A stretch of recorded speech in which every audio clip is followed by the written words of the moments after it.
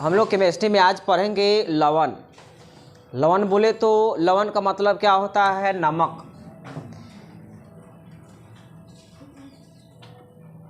लवण का मतलब क्या होता है? लेकिन केमिस्ट्री में हम लोग नमक को लवण ही बोलते हैं ना। अब लवण के बारे में हम तुमसे पूछे तो लवण देखो इसमें क्या है। हम लोग अगर नाम आता है लवण का या नमक का तो हम लोग उसी नमक के बारे में जानते हैं जो हम लोग यूज करते हैं, खाते हैं। बात समझे कि ना समझे? लेकिन हम तुमसे पूछे कि लवण कितने प्रकार के होते हैं तो लवण जो होते हैं अनंत प्रकार के होते हैं, याद रखेंगे। कितने प्रकार के? अनंत प्रकार के। टेस्ट के हिसाब से याद रखेंगे। बात समझे कि ना समझे? उसमें से जो हम लोगों को उस सब लवण को जो बांटा गया है, कितने भागों में बांटा गया है? 3 भागों में बांटा गया है। बात समझे कि ना समझे? और यहाँ से हम बता रहे हैं जो 10 में जो पूछे जाएंगे परीक्षा में, उसके लिए समझ जाओगे। या तो सब्जेक्टिव पूछेगा तो 2 नंबर का ये सब्जेक्टिव है, और नहीं तो ऑब्जेक्टिव इससे फिक्स है। बता रहे हैं ऑब्जेक्टिव इसका फिक्स है। समझ में आ रही है ना? लेकिन 10 के हिसाब से अगर देखा जाए तो लवण जो होते हैं कितने प्रकार के? 3 प्रकार के। यही जाओगे 12 में तो 12 में हम लवण ये सब नहीं बताएंगे, हम डायरेक्ट तुमको लवण बताएंगे 2 प्रकार के, सिंपल सॉल्ट और एक डबल सॉल्ट और एक कॉम्प्लेक्स सॉल्ट होता है। मतलब 3 प्रकार के वहाँ देखना, तो वो दूसरी चीज़ें हो गई। बस समझे? यहाँ जो हम लोग सीखने जा रहे हैं तुमको ये टेस्ट के हिसाब से लवण के प्रकार सीखने जा रहे हैं। बात समझे कि ना समझे? तो टेस्ट के हिसाब से लवण कितने प्रकार के? 3 प्रकार के होते हैं। तो देखोगे लवण जो होते हैं टेस्ट के हिसाब से कितने प्रकार के? 3 प्रकार के। एक होते हैं अम्लीय लवण, एक होता है अम्लीय लवण, इसको इंग्लिश में बोले तो एसिडिक सॉल्ट। एक होता है तुमको, पहले तो सुनो हम क्या कर रहे हैं कि 1 नंबर में लिख रहे हैं उदासीन लवण। उदासीन लवण इसको बोलते हैं न्यूट्रल सॉल्ट। यहाँ से ऑब्जेक्टिव फिक्स है 10 में, न्यूट्रल सॉल्ट है ना। उसके बाद तुम्हारा बास्मिक, बास्मिक लवण, इसको बेसिक। तो ध्यान दोगे ये रहा हमारे पास 3 types of salt on the basis of taste. Taste के हिसाब से हमारे पास सॉल्ट कितने प्रकार के? 3 प्रकार के, उदासीन, अम्लीय और बास्मिक। अब देखना तो लवण हम लोग जनरल लाइफ में अगर देखें तुमको तो लवण जो हम लोग नमक जो देखते हैं ना, एक खाने वाला नमक जो हमेशा सब्जी वगैरह में यूज करते हैं, एक सेंधा नमक होता है तुमको, एक काला नमक होता है, याद रखेंगे। बात समझे कि ना सब? मतलब अलग अलग नमक का यूज हम लोग अलग अलग जगहों पर करते हैं। बात समझे कि ना समझे? तो उसी के हिसाब से हम लोग को यहाँ देखना है टेस्ट के हिसाब से लवण के प्रकार। तो ध्यान से सुनेगा, तरीका इसका देखना। सबसे पहले डिफिनेशन हम यहाँ लिखने नहीं जाएंगे, डायरेक्ट डिफिनेशन समझ जाओगे। ये उदासीन लवण क्या है? पहले तो बताओ कि अम्लीय होने के लिए क्या चाहिए? एसिड होने के लिए हम पीछे बता चुके हैं, वीडियो बना चुके हैं कि एसिड होने के लिए तुमको चाहिए किसी अधातु के साथ हाइड्रोजन हो, तो वो क्या होगा? एसिडिक नेचर को शो करेगा। या धातु के साथ हाइड्रोजन, मतलब हाइड्रोजन का एसिड होने के लिए हाइड्रोजन का होना क्या है? कंपल्सरी है। 90% केस में तुमको बता रहे हैं। बात समझे? 90% केस में अगर लवण होगा तो उसमें क्या होना चाहिए? एसिड। और भस्म होने के लिए तुमको बता चुके हैं कि OH का होना क्या है? कंपल्सरी है।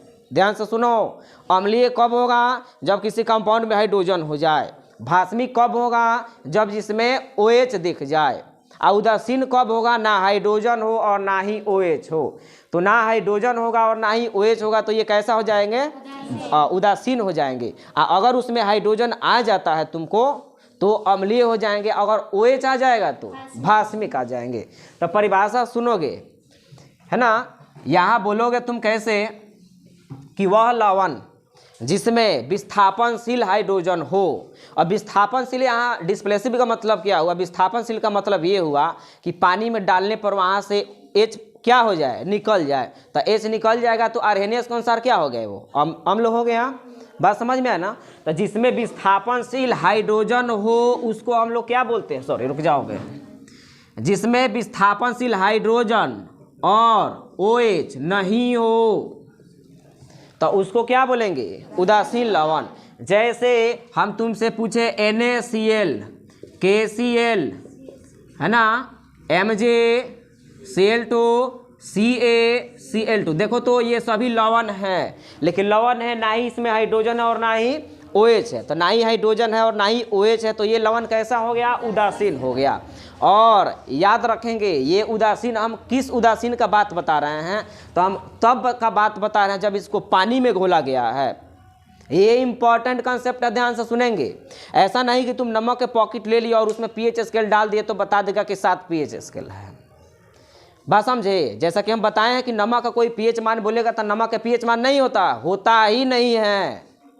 बात समझे? लेकिन कोई बोलेगा नमक के जलीय विलयन का pH मान, तो अब नमक क्या हो जाएगा? अगर ये वाला नमक है तो इसमें ना ही हाइड्रोजन है, तो हाइड्रोजन नहीं है तो एसिडिक नेचर को शो नहीं करेगा, और OH नहीं है तो बेसिक नेचर को शो नहीं करेगा, यानी ये क्या हो जाएगा? उदासीन हो जाएगा। और जब उदासीन हो जाएगा तो इसका विलयन का pH मान कितना हो जाएगा? 7 हो जाएगा। समझ रहे हो बात को? अच्छा, तो मतलब परिभाषा आ जाएगा समझ में कि वह लवण जिसमें ना ही H हो और ना ही OH हो, और ये कैसा? विस्थापनशील होना चाहिए। तो वैसे लवण को क्या बोलेंगे? उदासीन लवण। एग्जाम्पल भी दे दिए हैं। अच्छा, इसमें देखोगे तो वैसा लवण, अम्लीय लवण में देखना, वैसा लवण जिसमें विस्थापनशील हाइड्रोजन हो, उस लवण को क्या बोलेंगे? अम्लीय लवण। जैसे इंपॉर्टेंट चीज ध्यान से सुनोगे, जैसे मान लो हम तुमको कह दें KHCO3, तो देखो तो ये लवण है कि नहीं है? लेकिन इसमें क्या? हाइड्रोजन है। तो हाइड्रोजन है तो ये लवण तो है ही, लेकिन हाइड्रोजन की वजह से कैसा लवण हो गया? अम्लीय लवण हो गया।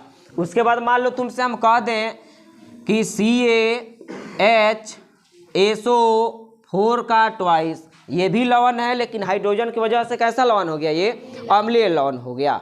बातें समझ में आ रही है ना? एक यहाँ विवादित क्वेश्चन तुम्हारा आता है, ध्यान से सुनोगे, NaHCO3, सुनना ध्यान से, NaHCO3। अब ये लवण है, लेकिन लवण में कैसा लवण है? अम्लीय लवण है। लेकिन यहाँ एक्सेप्शन याद रख लेंगे। अब 10 में यही हमेशा क्वेश्चन पूछे जाता है, हमेशा का बात बता रहा, हमेशा क्वेश्चन पूछता है। अब यहाँ तो तुमको बता दें अम्लीय लवण, लेकिन जब एग्जाम में आएगा कि NaHCO3 किस प्रकृति का होता है, तो याद रखेंगे ये क्षारीय प्रकृति का होता है। ये छ है कि झा है? क्षारीय प्रकृति क्षारीय प्रकृति, पता नहीं कब हमको याद होगा ये।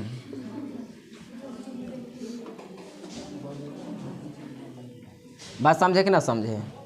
अब देखो प्रकृति का लिखाया हो, ये प्रकृति, बातें समझ में आ रही ना? अब सुनोगे, ध्यान देना, ये इंपॉर्टेंट क्वेश्चन है ऑब्जेक्टिव 10 का। NaCO3 किस प्रकृति का होता है? अम्लीय, क्षारीय? तो क्षारीय प्रकृति का होता है।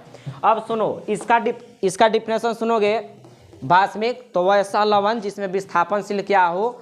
OH हो, वैसे लवण को क्या बोलेंगे? भास्मिक लवण।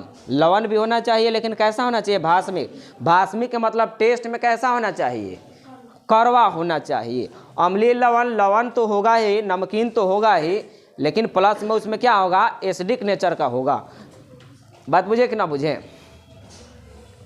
बात बुझा रहे हैं जी? नहीं बुझा रहा? ऐसे देख रही है, बुझा रहा है कि इतना गौर से क्या देख रही है? हमको डर लगता है। एक लड़की यहीं थी तुमको, अब उससे पूछ रहे आया समझ में? अब ऐसे देख रही है, आया समझ में? अब ऐसे ही देख रही है इसे। रात के ऐसे करेगी ना? सुनोगे ध्यान से, तो यहाँ हम तुमसे पूछे इसका परिभाषा देखो मुन्ना। भास्मिक लवण में वैसा लवण जिसमें विस्थापनशील क्या हो? OH हो, वैसे लवण को क्या बोलेंगे? भास्मिक लवण। इसका एग्जाम्पल देखना। एग्जाम्पल में हम तुमसे पूछे MgOHCl, बताओ अगर OH को भूल जाए हम तो MgCl लवण है कि नहीं है? OH को भूल जाए तो MgCl लवण है कि नहीं है? लेकिन OH की वजह से कैसा लवण हो गया? भास्मिक हो गया। उसी तरीके से मान लो हम तुमसे कह दें कि CaOH और NO3 कह दें, तो देखो CaNO3 तो लवण है, लेकिन OH की वजह से कैसा लवण हो गया? भास्मिक लवण हो गया। तो यहाँ से एग्जाम्पल हमेशा 10 में आते हैं। 2 नंबर में तो आएंगे कि लवण कितने प्रकार के होते हैं, व्याख्या करें। दूसरा जो एग्जाम्पल जो आएंगे, यहाँ से एग्जाम्पल आएंगे। तो देखना ध्यान से, वैसा लवण का लवण होगा तो इसका विलयन का pH मान कितना होगा? 7 हो जाएगा। अगर ये होगा तो 7 से कम होगा।